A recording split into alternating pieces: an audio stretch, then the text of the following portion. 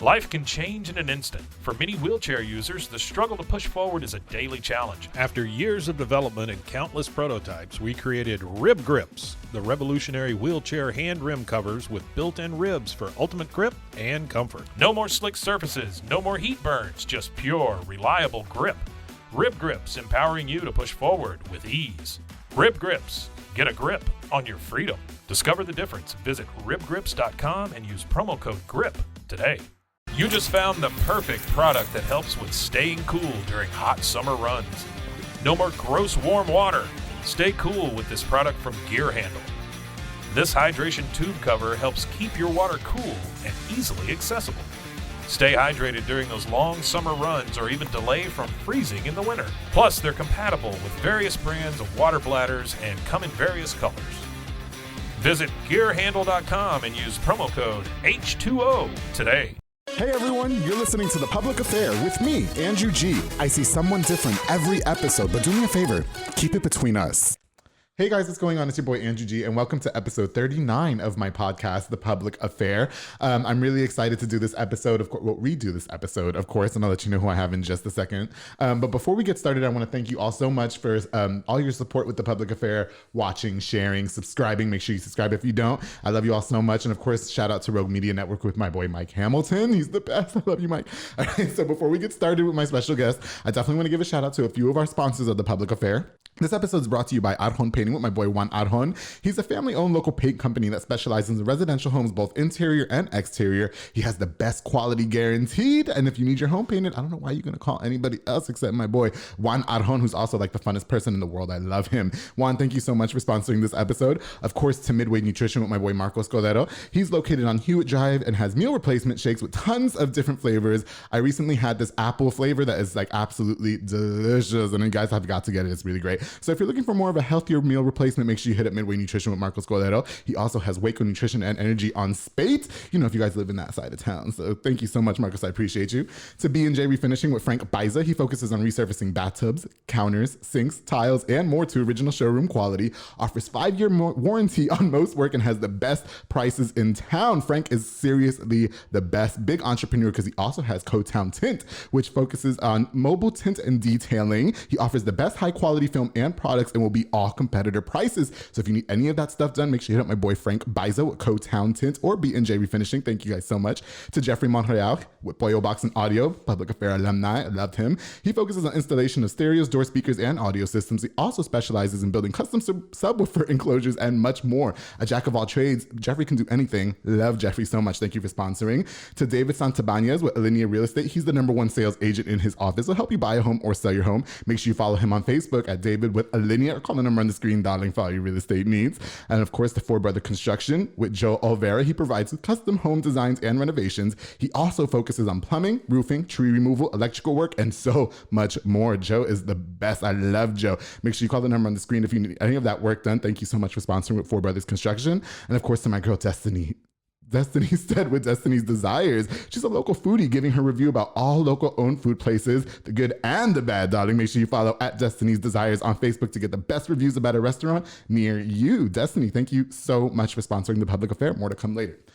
All right, guys, that takes a lot out of me. I'm really excited for this episode. We recorded this episode before. We had to scrap it, which we'll get into in just a minute. And I really wanted the opportunity for him to really tell his story because it was really great. And I think that you guys, some people are really going to be touched by it. And I'm just really excited to have this guy here. So without further ado, here to tell his story about growing up in Waco as an immigrant and ultimately landing in an immigration prison and how life was afterwards. And also my very first sponsor of The Public Affair and good friend, Mr. Israel Salazar. How you doing? How you doing, Andrew? It's gotten big since Francisco and Sons. Can you imagine? Yeah, you used to have to say my name and one number. That was it. Now I have 20 sponsors. Hey, that's great, man. I have to take a deep breath when I do. What did I tell you that day we had lunch? That you did. You said it was going to get big, and I really appreciate it. Yeah, man. It's just like I said, this is the first few steps of so many, man. Like, yeah. You got a long way to go. go, and just like the both of us got a long way to go. Man, I really appreciate it. And, I really wanted to thank you because you were the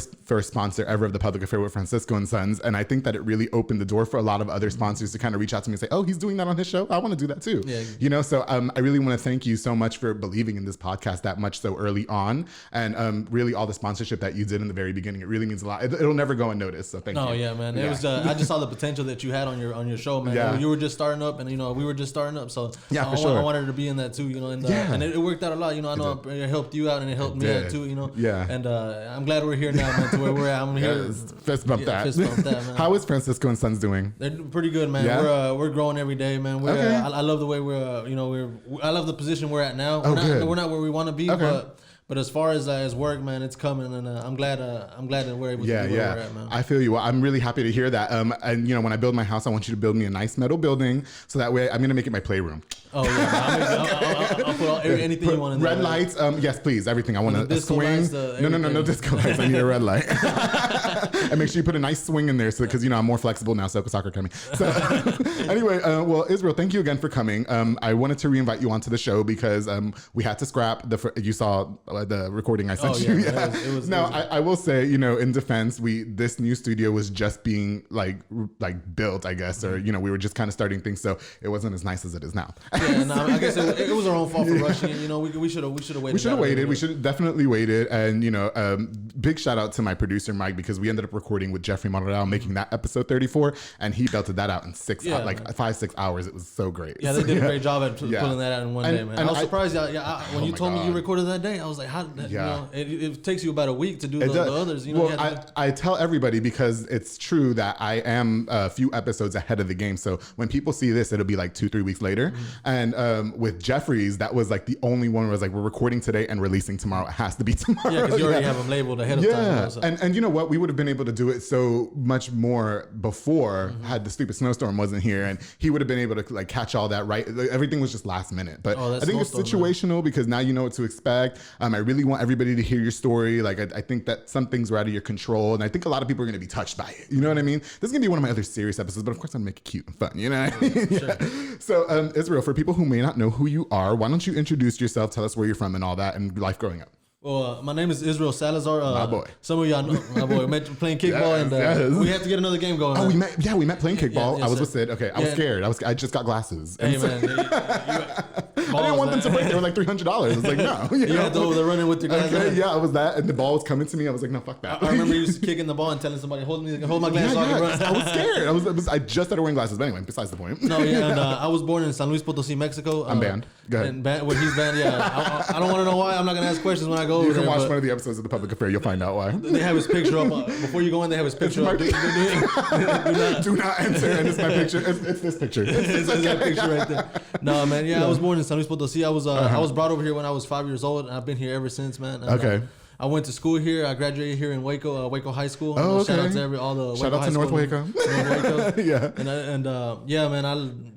That's basically it, man. I've been here all my life, man. Yeah. Now, who owns Francisco and Sons? Is that you? Is that your dad, or how does that work? What started Francisco and Sons is because it's me and my brother Cleo. Oh, okay. And my dad started everything, back when he came here into the United States. Yeah. So I wanted to keep that like original, because he's the one that started everything with the plan. Is he Francisco? Yes, sir. And y'all are the sons. Yes, sir. You have to say yes, sir. We're the same age. Okay. I'm just used to talking to all the owners of the houses and stuff. Yeah. You got to talk to them all. I mean, I'm the owner of the Public Affair, but you only call me sir in one other situation. I'm not trying to get beat up by Tyler. So shout out to my wife. I love Tyler.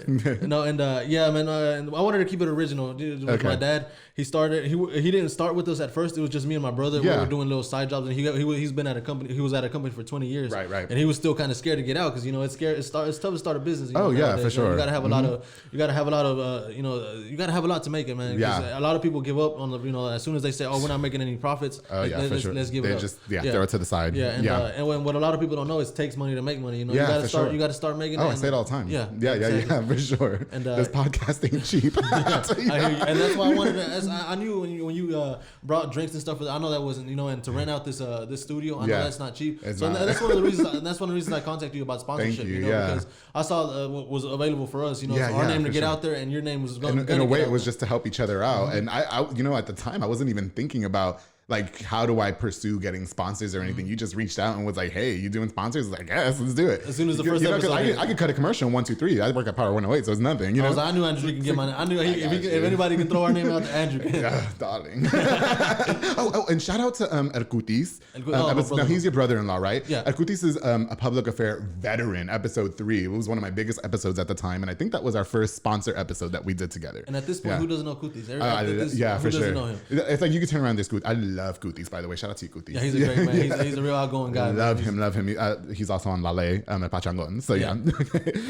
So yeah, well, I'm really happy to hear that Francisco and Sons is doing good. So I kind of want everybody to get a backstory before we get into like the logistics of why you're here. I thought that it was very interesting to hear that you spent some time in an immigration prison, but unbeknownst to the fact that you are actually like you grew up in Waco. Like from what I understand, you were 5 years old when you came here. Yeah, I was out here. That's when we don't even have a choice. That's what I'm saying. So I just like. I know it gets really controversial to talk about things like this, and I really try to stay neutral and see both sides of like the argument. Do you see what I'm saying? I think in your situation, it's just that you were here since you were 5, so it's not like you could tell your mom and dad, "Oh, I'm just gonna stay in the house here in Mexico, and y'all go ahead and risk that." You know what I mean? And I hear both sides. You know, I hear the sides that this is like if you can make it here, you can make it anywhere. Right. You know, but people don't think about like they only think of themselves because they say, okay, if you're hungry, you go to HEB, right? Right. But what are you gonna do if that HEB near you is closed? You're gonna go to a further one. You know, obviously you're gonna go to a further one. Okay. And that's exactly what people are doing. You know, they can't find anything over there, so they're coming across. And I will say, because I have been to San Luis Potosí, I went to Damian Carmen Band, and I spent some time in Querétaro as well. And I will say that the places where I stood, and everybody's drive is different, right? Mm-hmm. But I missed things like pressure in my water or flushing the toilet regularly. You know what I mean? Yeah. So I was able to survive the snowstorm because I spent time in Mexico. You know what I mean? Imagine that over there. I was like, okay, let's see. Imagine that every day. Mm-hmm. And so there were some people who I met that were content with that were like, no, this is my family's here. This is all I need. I don't give a F about any of that. And then there was people that I met that were like, I'm going to the United States like next week because this is nothing out here for me. You know what I mean? And I'm going to risk it out there. I guess it's just the way that you live. You know, some people just get tired of it because like I come from a big family. I only have one brother but 4 sisters. You know. Yeah. And I guess my dad just got tired of struggling to feed all of us. You know. And I guess that's what made him decide to make the big move over here because like a lot of people when they come to the United States they have somebody here to wait on them, you know. Say an uncle, a grandpa, or whatever, a brother or something. When my dad came over here, they didn't have anybody. You know, they just came over here, shot in the dark, see if we make it. Right. And we landed here in Waco, and ever since then. And y'all weren't trying to go to Austin? No, and I love Waco. Like, so let me shut up. Okay, so I know it's great. We're gonna get a lot of hate for this episode. No, we're not. Listen, I had anyway. Okay, so. We're gonna get big in Austin now. I know, right? Okay, so listen. So you grew up here in Waco, okay? Now, I want you to be honest with us. And it was a couple years ago, right? Or 3 years ago? How long ago was 2018. it? 2018. Okay, 2018. You were in an immigration prison for almost a year. It was about 8 months, correct? 10 months. 10 months. Yeah. Okay, damn it. Okay. Which I would die. Why don't you tell us why you ended up there and the whole process behind that? See, what started off, I mean, they didn't send me there for nothing, obviously. Yeah. You know, obviously, I had to be doing something. But right. The reason... which we'll get into in a minute, okay? Because I don't want anybody to think I'm glorifying prisoners, okay? Yeah. But he has a real story to tell, and it's interesting to me. Let's start from the beginning. Where the reason I got arrested was because I was on my way home from work, and I got pulled over, and I got caught with possession of marijuana. Okay. And it was in a work vehicle, you know, so... let's make sure we jot that down. Possession of marijuana. Go ahead. Possession of marijuana. Remember that for the future. I'm foreshadowing. Okay. And, yeah, you are. I got pulled over, man, and they arrested me. They took. I didn't know about the marijuana, so I didn't tell them about it. Right. There's nothing in the vehicle. Right. And they found it in a bag in the back seat, and once that I got arrested. And once I got arrested, I guess that sent a chain of events that caused me to go to actual immigration prison. Okay, got you. Because at that time I had the DREAM Act, I had the DACA, which a lot of people have. And they're here for when you come here at a young age. Yeah. You come here to study, you come here to work. Yeah, for sure. They allow you they give you the DREAM Act. Okay, that's the program. Yeah, I wasn't aware of that until people started talking about it. And that's what. Don't call me stupid, please. Yeah. Okay. And I was on my first year of that, and then I went to jail here. I went to Highway 6. And I got released here like anybody would. I paid my bond. I got released here. I had to go to court for everything. Just like I got put on probation. And once I was on probation, That's when that's when I guess they contacted immigration, and that's when they put my name out there. Right. But that's basically how I got into immigration's radar right there. Okay, got you. Now the reason why you were on immigration is because you were undocumented at the time, correct? Now, are you still undocumented now? No. Once you get released from immigration, you got to go through courts and systems and that. Oh, okay. And they give you a permit to be here and working until you actually either get deported or you get your residency. Now, see, I guess I just didn't understand. You guys have to bear with me here because I have a lot of friends that are Mexican, and I have a friend who went through the process. Well, my best friend went through the process of getting his wife over here legally, and it was a lot of paperwork, and it was a lot of money, and a lot of pictures that you can't smile in, which I would die. And so, and a lot of people say the same thing. Why don't you just get your stuff legit? It's really not that easy. Listen, after I saw the process, I was like, okay, so what we can do also alternatively is we can fake invite her to a wedding, we go pick her up and never bring her back. Yeah, you know what I mean? There's so much you have to do, man. You got to jump through so many hoops.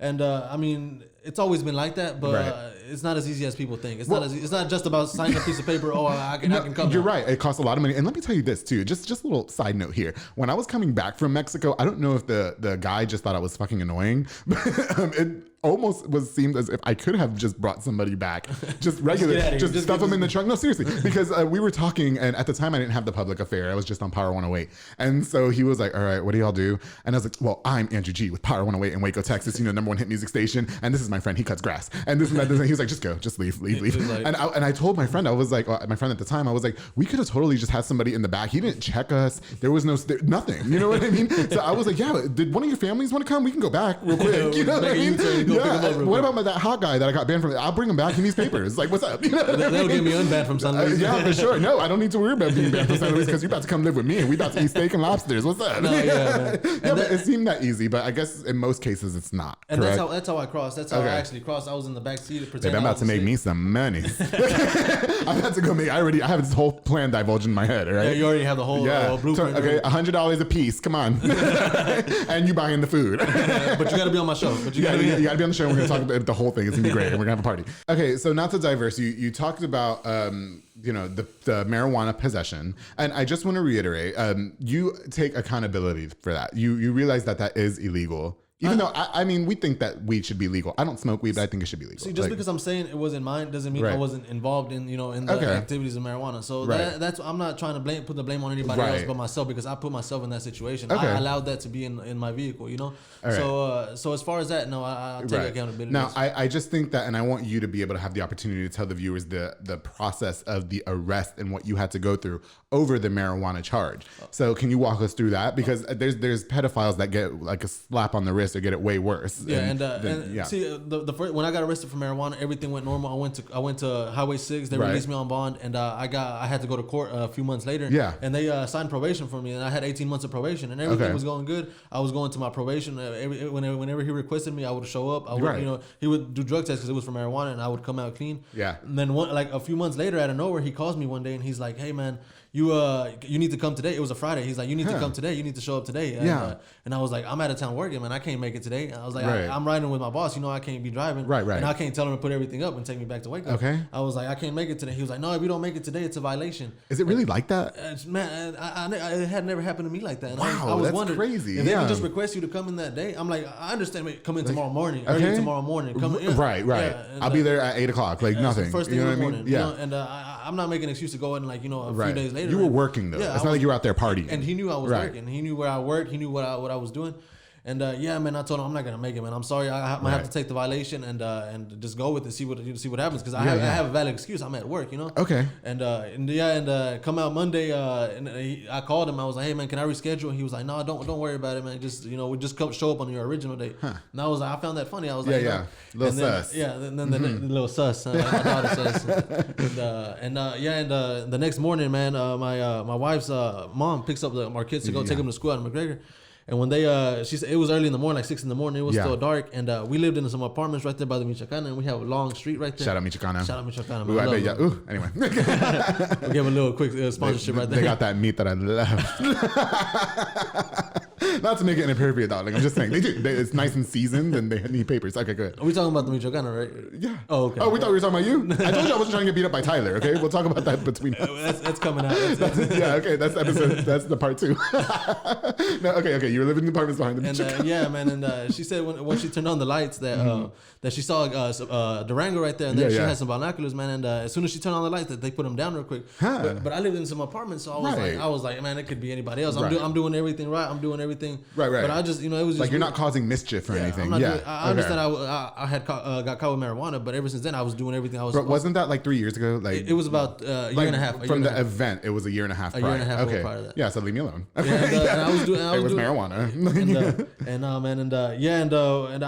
I'm not gonna lie. I panicked a little bit because I know about ice. I know how and at that time I was reading about all the ice raids that they were doing. Everybody that were getting picked up. Right. And when I went, I was gonna go to work that day, and I was gonna drive, and I was like, man, you know what? I'm not gonna go to work today. I'm just gonna stay home. I'm just in case, Yeah. And come 8 o'clock, I was like, man, you know what? They would have came already knocked down this door or something. If it was something bad, If it was that serious, like they would have bothered me by now. Okay. And I didn't have any knock on. I just meant knock on the door, not take down the door. Good. And I'm really trying to be serious. No, you're fine. I had a lot of coffee this morning. It's like 11 o'clock right now. Good. Sometimes you say giggly things. Yeah, you do, don't you? And yeah, man. And I told Tyler, I was like, you know what? Just take me to work. I'm gonna go to work, but you take me just in case. I don't want to get pulled over with the vehicle and everything. Now, did you have a license at the time, or you couldn't get a license because you weren't? I couldn't get a license. I wasn't supposed to be driving, but I was taking a car. Yeah, but we all do that. Yeah, we have to. Yeah, please. I was driving without a license for like 2 years. Yeah. I have 2 kids at home. One of them was a newborn. Right. I'm not gonna every time pack the kids up. Once again, we acknowledge that it's illegal, but sometimes you gotta to work. And yeah, man. And once we left our parking lot, we left, and I was like, "Do you see the Durango?" She's like, "No, it's not there." And we hit a left right there, going towards the Michoacana and Valley Mills. And once we get to that road, that Durango, like you could hear the Durango pull out the parking lot, but you didn't see it at first. I was like. And she was like, "That's the Durango." I was like, "Man, it's a coincidence. It's not the same Durango. It's another great Durango." Yeah. And we turned on right on Valley Mills, man. And once we get on Valley Mills, it gets behind us, and I'm like, "Okay, it's still not for us." Yeah. And then I finally tell her, "Hey, I would have been shitting my pants. I'm sorry." It's because I never thought it would be for me. Because you weren't doing anything. Again, the marijuana charge was a year and a half prior. Mm-hmm. You're just working now. You're being a dad. You're being a family man. So you're thinking there's no reason why these people should be pursuing me. Exactly. Okay. So I'm just like, okay, Tyler, go to the third lane on the left. And she did that, and the Suburban and the Durango stayed there. Yeah. And I was like, oh, it was a sigh of relief, because you're like, and once that happens, as soon as I told her, all right, just to get it out of the way, turn left right here towards HEB on Wooded Acres on Lake Air.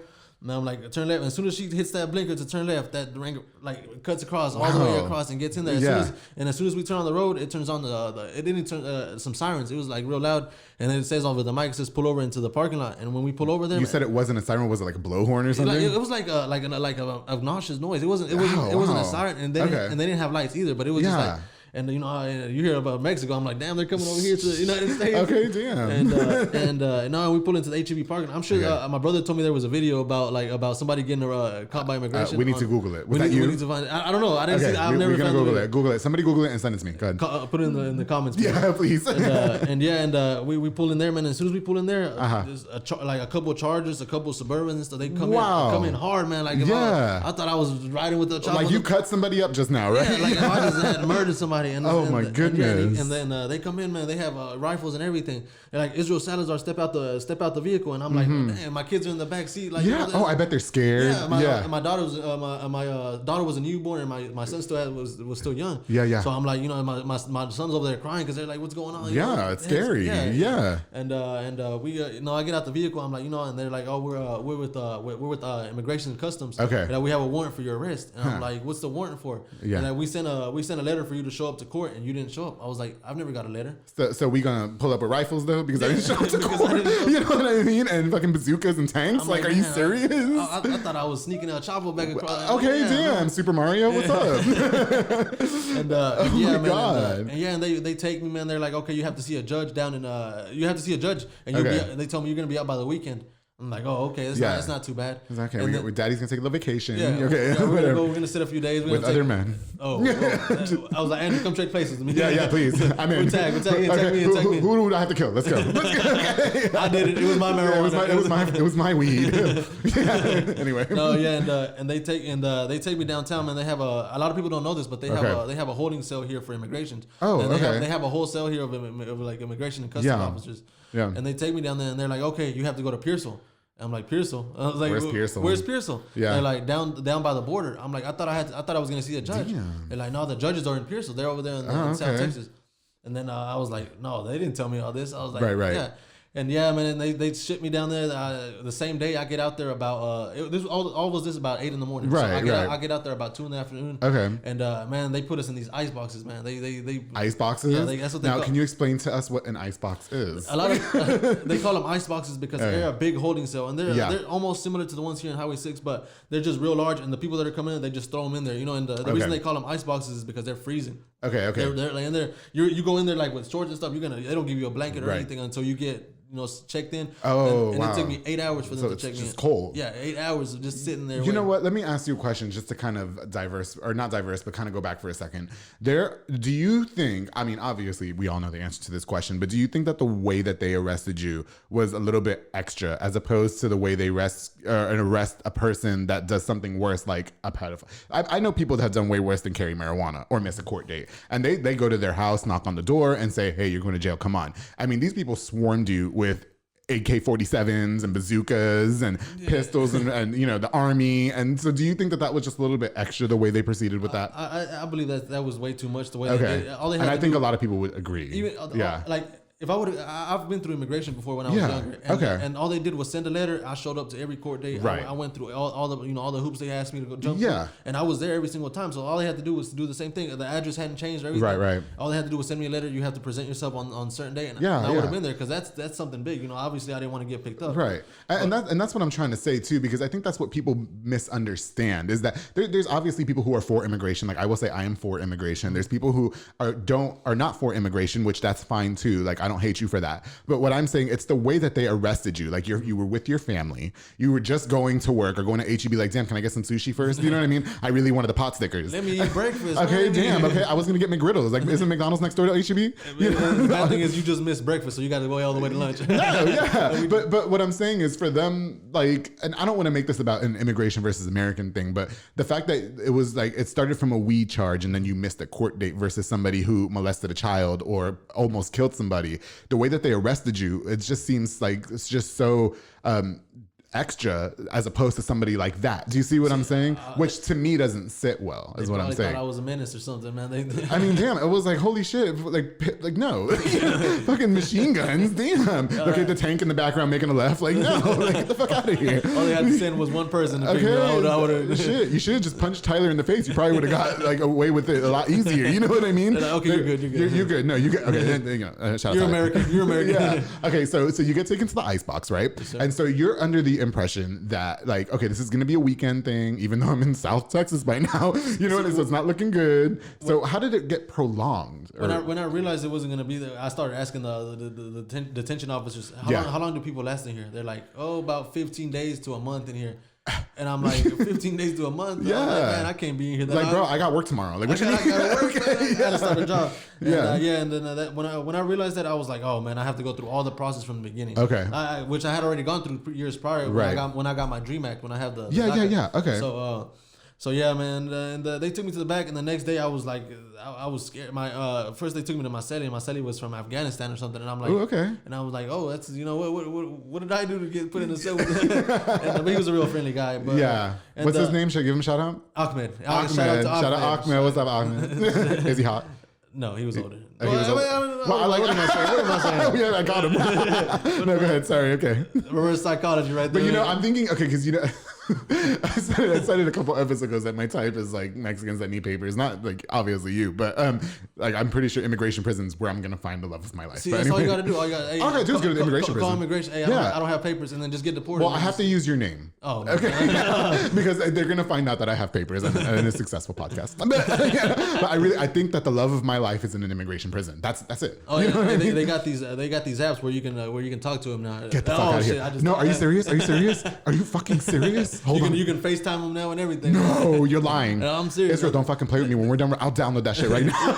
Pause the episode. Pause the episode. It's Grindr account. Not on Grindr. Okay, so anyway, I'm sorry. Okay, so you met Ahmed. Okay, you're Sally. Okay. And I made the dumb decision when I went in there. I snuck a phone in there, man. And how'd you do that? It wasn't hard. It wasn't like did you shove it up your ass? Yes or no? I wanted. That's the first thing I want to clarify. I didn't sneak it up my ass. Because if that was me, I would have been like, oh, I got it. It's nothing. Anybody else? Anybody else want their phones? Like, okay, I'm doing 2-for-1 specials right now. Just give me 10 suits. I'll get your phone. How did you sneak your phone in jail? It wasn't hard, man. And it's okay to talk about it now because in there you can take a gun. It wouldn't be hard, man. Like in there, they take all your possessions. Like when I got arrested here, they took my phone. They took everything. Yeah. But they give the box back to you. Like they hand the box back to you. Like wow. And once they give you that box, I was just like, okay. Then I asked a guy that I was with. He's been there before. Oh. I asked him. I was so like, he's a pro. He's like, He's like, hey, you're gonna do this. You're gonna do this. Yeah. And he was like, I asked him. I was like, do they check you once you get checked already? Right. He's like, no. You're just gonna go in there. They're gonna take you a bath and you go to the back. Oh shit. So, okay, hold on. Well, let me get my J's in there. I got my phone. I got my shank. The Switch. Okay, hold on. Wait. Well, the new Pokemon just came out, so we'll just go ahead and make that last as long as it will. And then I got my Uno cards out. Okay, what the hell? So it was just that simple to just smuggle things in. And it was. Okay. And I put my phone. I put it in my sock, man, and I took it in, man. Like nothing. Are you sure you didn't shove it up your ass? Nah, your sock sounds a little bit too sketch. Too easy. It sounds too easy because I would have shoved it up my ass. It'd have been nothing. Okay. Yeah, even if you had other options, like I'd have been like, well, are you sure you want to put it in the socks because the ass? It's been there. It's been there, done that. Yes. Okay. We might have to just wipe it off a little, but we good. Okay. I did douche before this. Okay, I'm sorry. Okay, that's not funny. Yeah, it is. No. So basically, we just take something like this. It's not my phone, but Mike just gave it to me, and so we like. So basically, you just take your phone. I'm not buying that you put it in your sock. I'm sorry. I want to know why you carry one of these phones with you, man. I want to know why you have one. My producer gave it to me during our break, and I didn't even see where you pulled that out. Listen, I can do 3 of these. Okay, 3. I might do 4. Okay, depending how much you have to drink. 4 flip phones, an iPhone, and an Android. Let's go. We're in. Okay, challenge accepted. Yeah, and then Israel will do the socks, and then I got everybody else. No, you're not gonna shove it up your ass. Okay, I'm sorry. Shout out to whoever's fun this is. All right. Okay, so it's hot in here now. Woo! Yeah. Anyway, okay. So getting back to you're in the prison, okay, and then you don't shove your phone up your ass. You take it in with you. First of all, how did you get away with having your phone in there for so long? And did you get caught? See, I didn't last long, man. It wasn't too long. It was like a few weeks. But did you get to watch porn?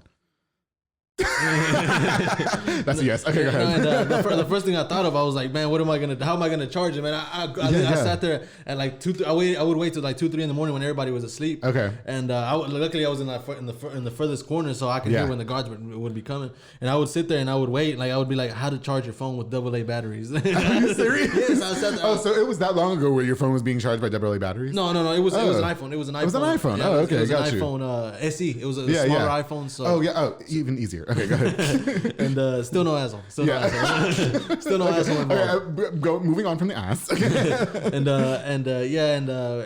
it was a smaller iPhone, so it wasn't too hard to conceal. Okay. And man, just one day out of nowhere, man, I'm down there talking on the phone, and a bunch of guards just coming in like just back to back. And they go up the stairs, and I was talking on the phone with Tyler. I was like, damn. I was like, I think they know. Oh, and they go up there. Who's in cell 209? I'm like me and Ahmed. Ahmed is like he was there for like 2 years prior. I got there. Oh, okay. So everybody knew Ahmed. You know, like me and Ahmed. So right away, the Ahmed was just like they didn't even bother Ahmed. Oh, really? Nah, you good. They came right after me. Israel Salazar. I'm like, okay. They get against the wall and they searched me and everything. Oh, wow. Like, okay, I knew what it was, you know. So Did you just surrender it at that point? You were just like, here. Yeah, I was like, okay. I told Tyler, I'll talk to you whenever. I don't know how the I'm gonna call you back. I need you to pay my phone bill. No, don't pay. Hey, remember that phone bill I told you to pay? Yeah. Don't pay it. Don't pay. You get the AT&T know what's up. And ask them if they have like a jail where you don't have to pay. Yeah, for real. Okay. No, and then so they find the phone. They found the phone, man. They took me to the bag, and that's when like everything you do in the immigration, they don't care what you do, man. You're just there. They're just there babysitting. Okay, got you. If you get in a fight, there's nothing that affects you in so it almost seems like it's just pointless. Yeah. If you're not doing anything, you know what I mean? Like people get in fights all the time. They send them to the whole week. You're back. It doesn't affect you. Like if you were like in an actual in a TDC, you would get in trouble for that. You would get times more time. Right. But there you're just waiting to get deported. So there you're just like you got nothing to lose basically. So is that the difference between an immigration prison and a regular prison? Because I've had people in here, like I had Homer Fajardo on this episode, Angelo Fajardo's dad, and Adrian Fajardo's. He was in prison for 15 years. And so, I mean, he was giving us the whole lowdown about how the prison system works and everything that they had to go through. And there was gangs and you have to belong to this group. Was the immigration prison similar to that? Or have you ever been in regular prison to even know? Not to regular prison. I've been here to Highway 6, but it's not compared. But I've heard stories, and I've heard like people that were there are people that were coming from 5 or 10 years of actual state prison. Okay. So I've heard a lot of stories in there. You have time to talk, and it is a bit different because there people are on their way out. So people are like. Once they serve their time up here in state prison or whatever, they send them there and they're gonna ship them out to Mexico, Honduras, or wherever. Right. So there you really don't have anything else to lose. Like there you're getting deported no matter what. And there's like people like me who actually have a chance to but it's like 100 people that actually have a chance to get deported. That's deported one person a month gets released here in the United States. Really? Yeah. So were you so you're in the prison, right? And then do you thinking that your chances are good though because you were pretty much raised here and you pretty much lived your whole life in Waco? I mean, from 5 years old to the time you got arrested, that's pretty much your entire life. So do you think that the odds were in your favor in the beginning, or were you still like a little, no? I was scared, man. I'm not going to lie. When I was sitting in that hole, I was scared because I was like, man, just, I need to get out of here. I can't do this. I'm not made for this. And where do they drop you off in Mexico if you do get deported? They just throw you across. They have like a little ramp where they just got where you walk through. And you're just like, here you go. You're on your own. Call your taxi. They give you money for taxi. Can I have my phone back so I can call Uber? Or you know what I mean? No, did you shove it up your ass? They just throw you, man. That's where. Really? Okay. I thought there was like a center or something. And that's where all the the bad guys are waiting for you. Now, if they see somebody like, that guy's been there, he speaks English and everything. They're going to think you have family up here that has money or they have everything. So that's what they're looking for, man. A lot of people that get kidnapped over there. One of my cousins that I was actually with me over there in immigration, he actually got deported and got picked up by his dad had to pay a good amount of money to get for him. Who did he get picked up? Was it like a gang? Yeah, it was one of the cartels down there. Well, I don't know if the cartel guy is kind of hot. I'd be like, I guess we can make this work. Do what you have to do. Listen, if I'm ever in a situation like that, I know when I went to Mexico, I mean, we were in some sketchy situations where it was like people were harassing us to give them our things, and I was like, listen, I'll go behind the rocks and suck some dick. I don't give a fuck. You're gonna be like the guy from South Park. Go ahead and have your way with me. Yeah, it's nothing. Like I do this in America. You think I can't do it here? Let's go, bitch. You'll be like, you know what? Just let him go. He's gay. He's gay. It doesn't work out if he's gay. It's not the same. He has to I'll act like I'm unwilling too. I don't give a fuck. Because some of the people that were harassing us, I was like, hey, I mean, be like, a little tighter, please. A little tighter. Well, I'm not going to give you my PlayStation, but no. Okay. So no, I didn't know that though, honestly, because I thought that when you did get deported, and again, I don't know, but I guess imagine that if you got deported, they took you to like a center or something, and it was like, okay, now you're here, now you have to deal with the Mexican government or whatever government, you know what I mean? And then they'll figure out what they're going to do with you. So they just literally just drop you off in the middle of some. The best they do is give you half the money of a ticket to a bus ride to wherever you're from. Really? So if you're from Monterrey, Mexico, or San Luis, they give you half of that fare for you to get over there. You got to pay the other half. But from the prison to the place? No, from the border, right across. From the border. Okay. Yeah, you got to go contact. Because I be calling my family like, yo, okay, so I'm gonna be right here in just a minute, and we finna. And that's what I had planned, man. I was like, to be honest, I had given up hope, man. I was like, man, I'm not gonna make it out of here. They're gonna because I had already gone through immigration. So I was like, a second time. You're like second time you're out. Okay, gotcha. I'm out, so I told Tyler, I was like, hey, we need to sell our stuff. I guess I'm gonna go to Mexico for a while. Yeah. Oh wow.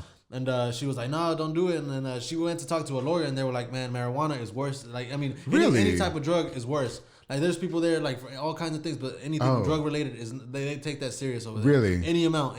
Oh my God. It can be 2 pounds. It can be a gram. They're gonna as long as that's 2 pounds sounds like it's a lot. Yeah. And yeah. How did Tyler fare in all of this? I mean, so because you have a wife who's an American citizen, and then you guys have at the time it was 2 children. 3. 3 children. You guys have 4 now, right? 4 now. Okay, so at the time you had 3 children. So how was she able to, I guess, cope with the fact that you were going through this, and now she, you know, like what was on her end? See, she's always been a stay-at-home mother, which I appreciate. Great. Okay. She's always stayed home and take care of the kids, and my job is to go to work, you know, and provide for them because 4 kids is a lot of kids to maintain. And one of them's a lot hard. And if y'all don't know Tyler, I don't know how she pushed out no damn 4 kids. She's this big around. Like, you know, I want that body. Like, you know. Yeah, everybody tells her that. Like, yeah, seriously. Kids. Damn. Was a doctor the other day? She's like, I had 4 kids. 4 kids. Yeah, I thought she was one of your kids the first time I met her. I was like, oh, that's not your teenage daughter.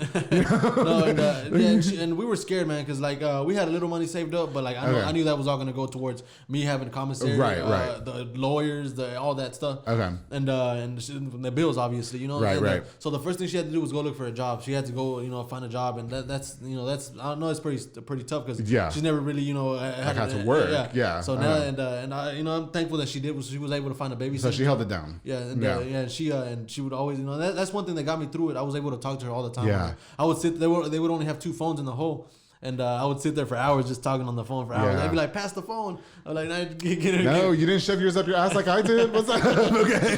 Fuck that. Give you a recommendation. Hey, man. but you know what? And I think you told me this too. Shout out to Sid, the barber. Who's my barber? Didn't he take care of the haircuts for the kids? Yeah, he would cut my son's hair no charge, man. I appreciate it. And not only that, man. Once when you go through immigration, you gotta have sponsorship in sponsors that are American citizens. Okay. You gotta reach out to the community, the people that you know, and tell them to write letters. Like, why does he deserve to be here? I sponsor an immigrant, so I know how that works. Yeah. And that takes a lot. And Sid was one of the ones that wrote a letter for me. Good. And he wrote a real love Sid. Shout out to Sid, the Shout out to barber, Sid, Elite Barbershop, Donninghue Drive.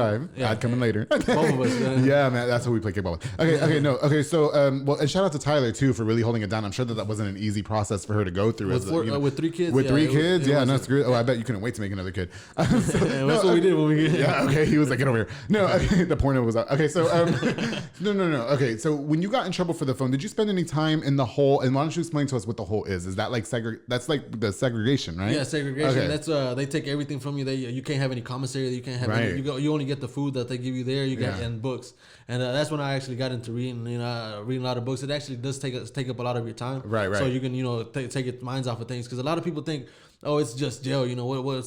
But you're just so used to being out here and walking around. Right. Yeah. And then it's free. And like this is your world right here. Like a room like this size. This is how. This is segregation. Yeah. This except the microphones and the tablet. Except the microphones. Unless I shove it up my the phones, the tables, and the electronics. Yeah. Something similar. So how long were you in the hole? 3 months. I had to 3 months for the phone because of the phone. Yeah. Wow. What the hell did you do? I was just reading books, man. You get out. Oh, you get books. You get out 1 hour a day. You get out 1 hour, 30 minutes to exercise and 30 minutes for a TV. So 23 hours a day, you're in your cell just reading books. Wow. And man, I was going crazy. I'm not gonna lie. That was yeah. And a lot of people there, they start losing it, man. And the only thing that the people do is they give you pills to sleep.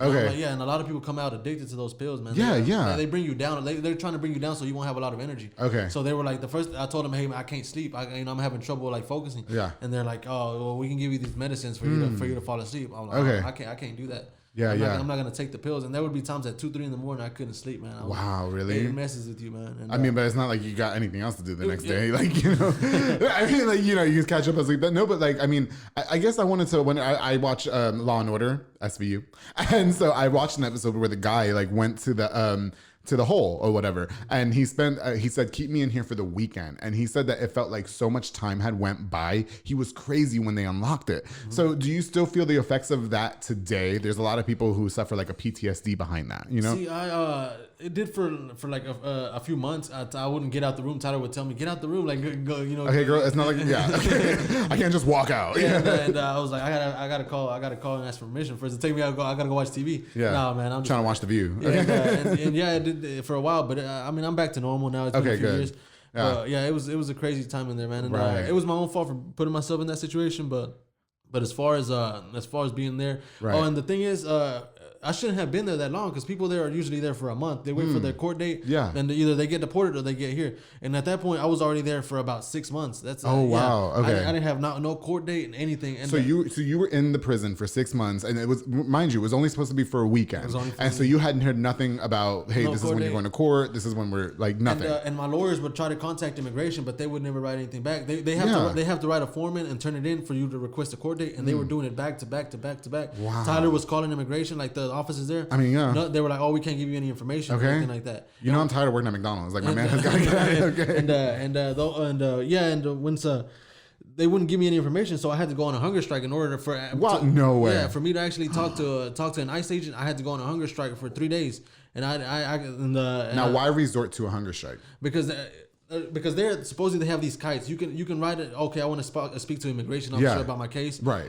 For like a month straight, I wrote it. Same thing. And they not one time did they come in to talk to me about it. Oh wow. And so I was like, man, I have to talk because 6 months. Come on, man. So did you go on the hunger strike though because you felt like they weren't recognizing you as like, hey, I need some assistance here. Yeah, and so it's like, well, maybe if I don't eat, then they'll come. Because then if I die from hunger, it's gonna be your fault. Exactly. Yeah. Okay. Right. And then it took them 3 days for them to come talk to me. And you didn't eat nothing for 3 days. Oh my God. Thanks. I mean, you snuck some Cheetos in. Come on. Yeah, I did. Yeah, you snuck some Cheetos. Okay, yeah. Because I would die. Like, And finally, ICE came and talked to me, and they were like, "Oh, the reason that they haven't gave you a court date is because there's some you were here before, you got released on bond, and you didn't show up to court." Oh wow. And I was like, I've never been here before. They were like, yeah, you were here back in 2009, and you got released on bond, and I was like, in 2009, I was in high school. I was like, how you were a minor. Yeah, I was a minor. I was like, do y'all arrest minors here? They were like, no, we don't. I was like, so how was I here in 2009? Right. So he was like, okay. He went and finally they went. They got my attention and they went out there and finally investigated. They were like, okay, yeah, it's not you. So now we actually have to send your docket to get a court date. And they were like, they could take the 4 to 6 weeks.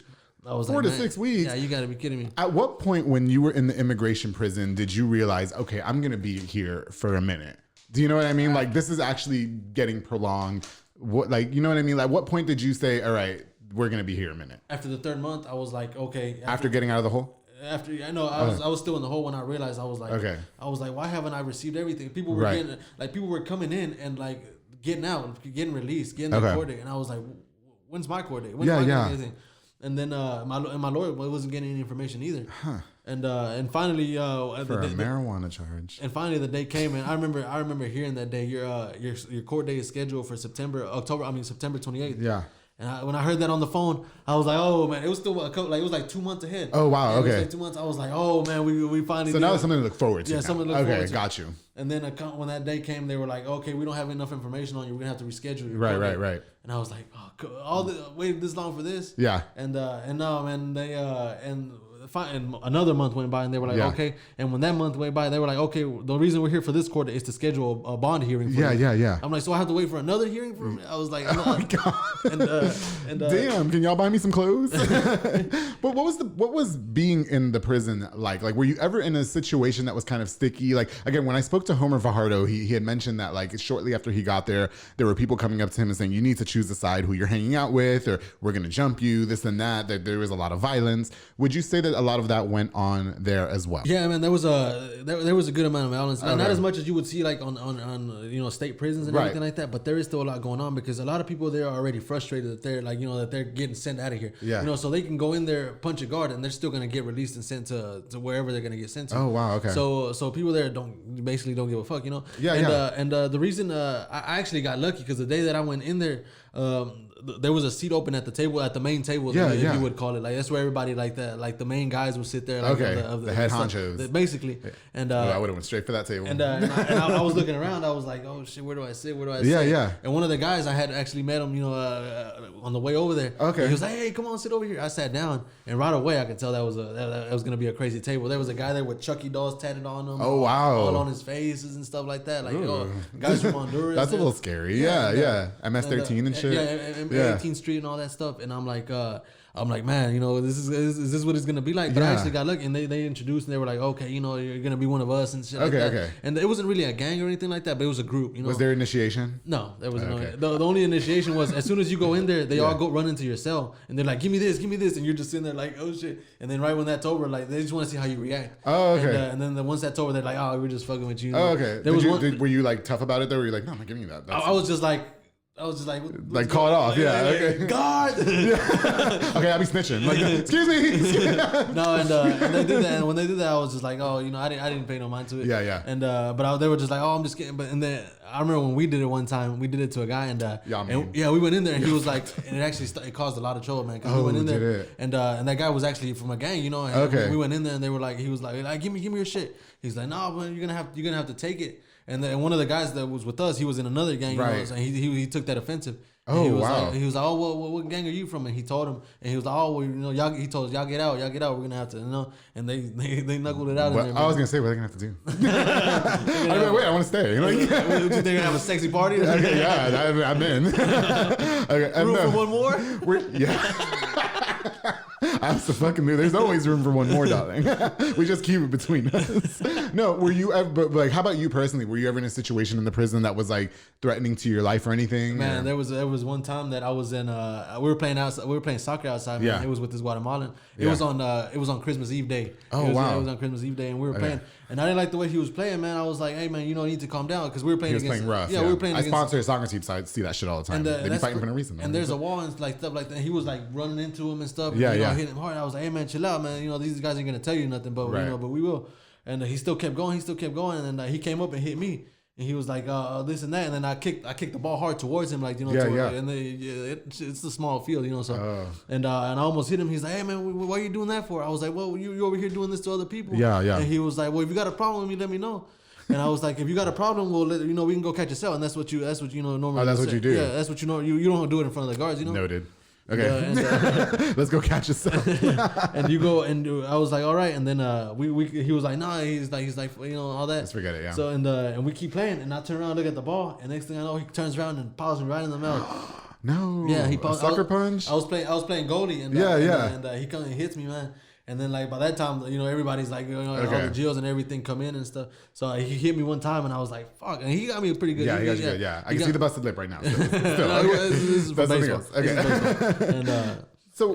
And so what was the process for you when you finally got out? Like, how did you feel? Like, what did you do? Do you know what I mean? Like, what was life like afterwards? Man, when I finally got my bond hearing and I hear my lawyer, he was telling me, he's like, we're gonna get you out here, man. Today's the day. He came in real early, like 5:30 in the morning to get me. He was like, this is the day, man. I'm pretty confident. Okay. I got the marijuana charge dismissed. You're good. Oh, good. Okay. The only shit. Yeah, but thanks. It was 10 months later, but okay. Did you fucking smoke it? Or like? And he was like, okay. And we went to that bond hearing, man. And the judge that I had, he's known for the name El Diablo. Oh. And actually what happened with him, an illegal drunk driver actually, you know, killed his daughter. Oh, no. So he actually has, he had no tolerance. Yeah, he had no tolerance, man. And when I heard that, I was like, everybody was like, don't get forward. Like we had a choice.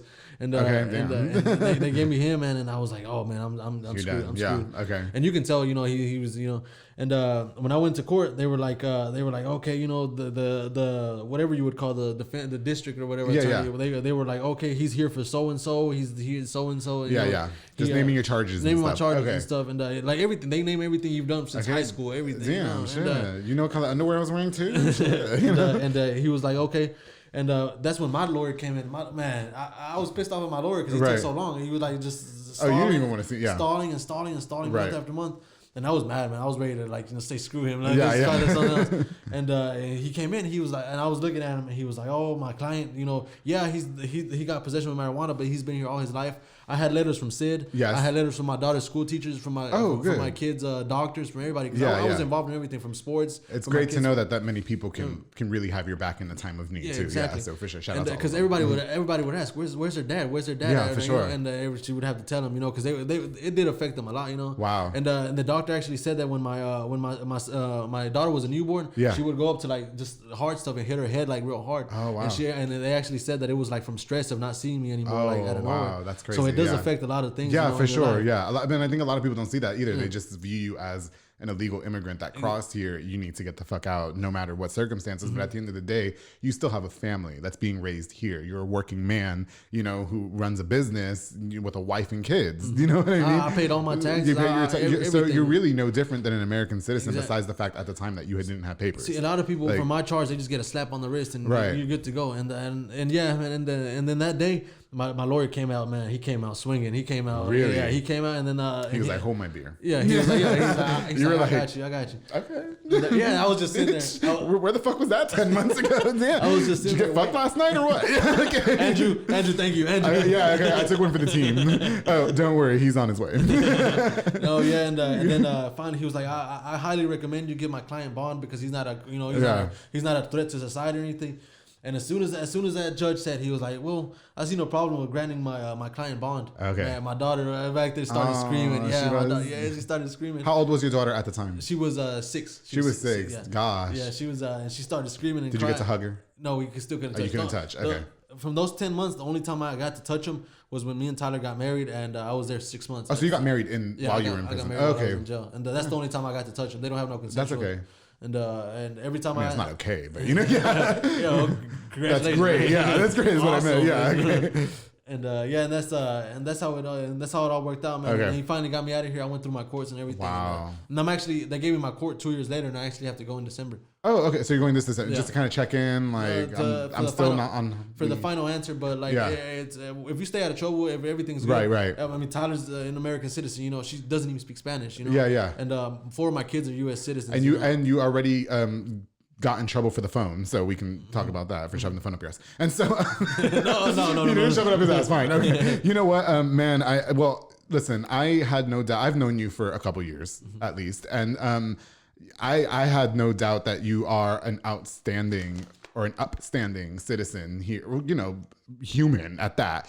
I don't know you to cause trouble. We all make mistakes. You know what I mean? And I think, you know, for me to hear your story, it just sounded like your process was very unfair. And I said this before, versus somebody who is from here who's done a lot worse. Like, again, I know a person that turned out to be a pedophile. And I know that person was at his house when they arrested him. They knocked on the door and took him, you know, like very calmly. Can you put your clothes on? Yeah, like, hey, can you go ahead and do this? And, you know, and with you, just to hear that, I'm not justifying. Marijuana is illegal. It's just the way it is. Do you know what I mean? But not only that, man, is that they could have sent a letter and saying, okay, you show up to court. Yeah. You know, those 10 months, that's all taxpayer money right there. Right, yeah. That's all, you know, that's going out the trash. All because they didn't want to send me a letter and say, come on, show up on this day. I really just want to, like, on my point of view, I really just want to use this as for people to hear it. Even you don't, I'm not making anybody agree with how you were treated or how the process works. I understand that there's jobs that need to be done and I understand that there's protocols, but the fact that you were being picked up on a marijuana charge with machine guns and spending 10 months in an immigration prison, that's dangerous, you know, regardless of how you look at it. You know what I mean? Yeah. I just think that we need to do better as a system.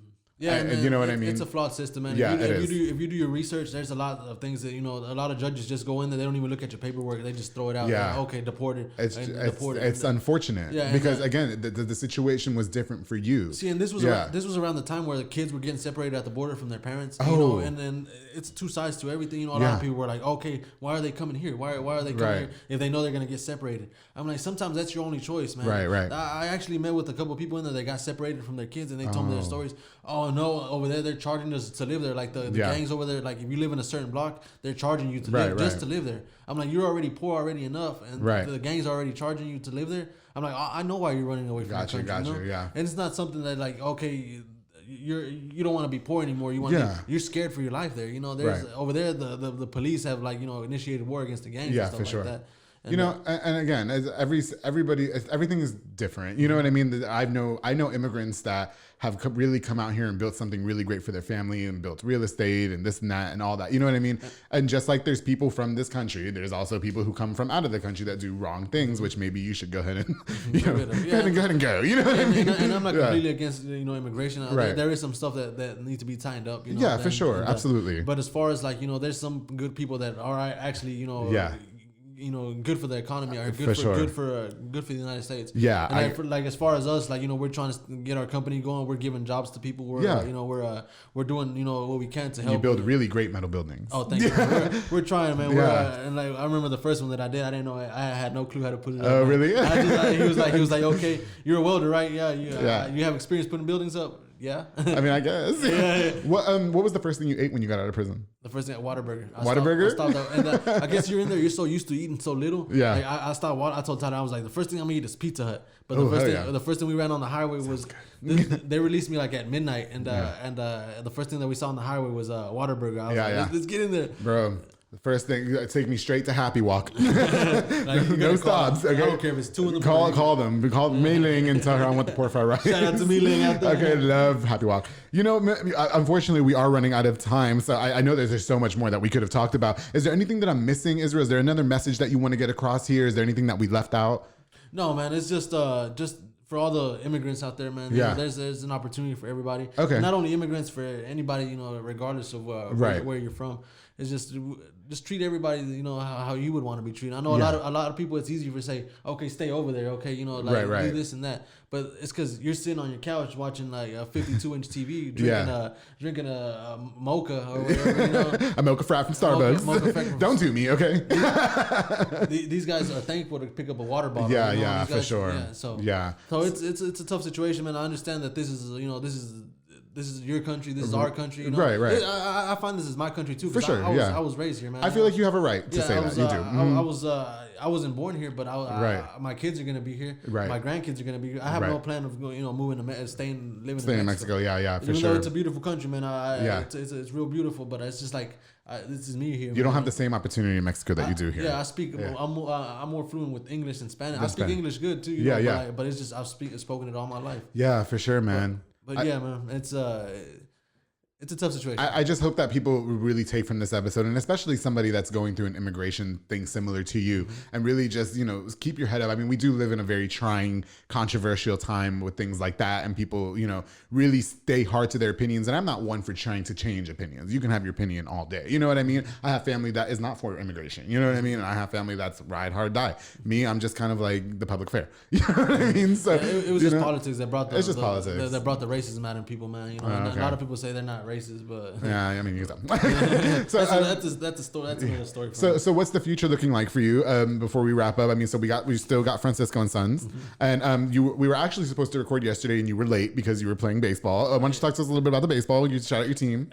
We still love playing baseball. This is our team right here. Okay, we have a pretty decent team here in the Waco area. Yeah. We just like to compete, man. Is there any hot guys on your team? You gotta go. Y'all gotta go check out. I'm gonna go check it out. Y'all gotta go check it out. I don't judge our team, man. Much love to my brothers out there in the field, but I'm gonna go check it out. Well, Israel, man, I'm sorry that we are running out of time, but I'm really appreciative at the fact that you really did come back. We were able to share your story. I had to. We had such a fun time. We did. We had a fun time the first time. We couldn't air it because it was not as good. And so we should make the bloopers out of it. We should, right? No, you know what? One day in the future, how about in a year I'll release that episode if Mike says it's okay. Okay. No, Max, he's gonna get your laptop. Yeah, he's gonna be like, no, just delete. I don't know why you sent that shit to him. Delete it. Okay. No, well, Israel, man, thank you so much. I really have high hopes for you in the future. I really hope that Francisco and Sons will grow to the way you want it to be, because I know that's what feeds your family. That's your family company. Shout out to Tyler. Is she still doing Mamacita Couture? Yeah, she's still doing. Okay, shout out to Mamacita Couture. You can find on Facebook. Tyler, shout out to you. It's really great to know you. I'm really happy to have you a part of my life as one of my really good friends. And it was a pleasure, man. We need to get back there and play kickball again. For sure. The summertime's coming. Like, we got this. Okay, we're ready, man. And Sid, when you watch this, set up a game. Let's go. Yeah, and I'm thinner now, so I can play shirtless volleyball or kickball. Anyway, well, everybody, thank you guys so much again for your support of The Public Affair. Thank you so much for tuning into this episode. Don't forget to subscribe right here. Don't forget to like this episode and share. Again, thank you to you, Israel, for coming through and sharing your story. And again, high hopes for you and your family, and all the love in the world to you. Thank you so much. Before we go, I want to give a shout out to a few more of our sponsors of this episode. Of course, to Elite Barbershops. Another shout out to Sid Rodriguez. He's located on Hewitt Drive. You can download the app or call the number on the screen to book your next hair appointment. That's why I look all hot on every single episode. episode of The Public Affair because Sid ain't going to let me down. He also has Marcus Guerrero, Chris Reyes, and Santos Cordova over there making you look all hot and sexy for the weekend. Of course, the Soko Soccer Academy with Dominic Gutierrez and Ariana Gutierrez. They're located on Franklin Drive. They offer team, small group, and individual skills training. They also have open play on occasional Friday nights. They also specialize in soccer training and fitness training with Dominic Gutierrez, Isaac, and London Carrillo. Isaac and Dominic are also Public Affair alumni with Wormy. George De Leon, thank you guys so much for sponsoring this episode. To Fatboy Michelada and Botana with Junior Banda, my boy. Oh my God, he made me and my family some micheladas the other day. Have you ever had a michelada from him yet? I don't. I'm buying you one. I'm gonna buy you one. They're so delicious. My family from Chicago came down. They loved it. They have the best michelada and botana plates for yourself or for a party. They're locally operated. Make sure you get the best and not the rest. I'm gonna get you a botana tray. I promise. They're good. I like rolling around in them. So thank you, Fatboy Michelada and Botana, my boy Junior Banda, and of course to Inspire Roofing and Home Improvement with Joe Olvera. He focuses on commercial and residential roofing, also 25-year and 30-year shingle roofs, and all exterior needs. Make sure you call the number on the screen for your next Inspire Roofing and Home Improvement. Joe Olvera, thank you so much for all you do with The Public Affair and for sponsoring. To everybody again, thank you guys so much for helping me take The Public Affair to episode 39. We only got more coming. I love all your support. You guys, it never goes unnoticed. I love you all so much. I'm not going to shove this phone up my ass. And make sure you guys... If he does, I'm going to be gone by the time. And make sure you guys don't forget to always keep it between us. I'm going to hide this remote. No, don't forget to always keep it between us. Mike, are you buying it? You don't happen to have a water here. Yeah, let me see. let me. Yo, you should have pulled that out. No, give me that. No, this is going to be a blooper. It's going to be a blooper. Give me the fucking phone. Look, it's easy. All you do, just fold it up. You got to make sure it's closed, though. Bro, it's a little thick, but I've had thicker. And so... I'll be like, no, Andrew, it was one of these. Oh, even better. Like we could do both. It's nothing. Case and everything. Oh, you bought the water. Okay. Are you a podcaster? Let's talk podcast hosting. Are you tired of your current podcast host? Need real support in a community that gets it? At Rogue Media Network, we offer top-tier podcast hosting services to help you thrive. From hosting and distribution to dedicated support, we've got you covered. Starting as low as $25 a month. Join our community of passionate podcasters today. Contact us at hello@roguemedianetwork.com.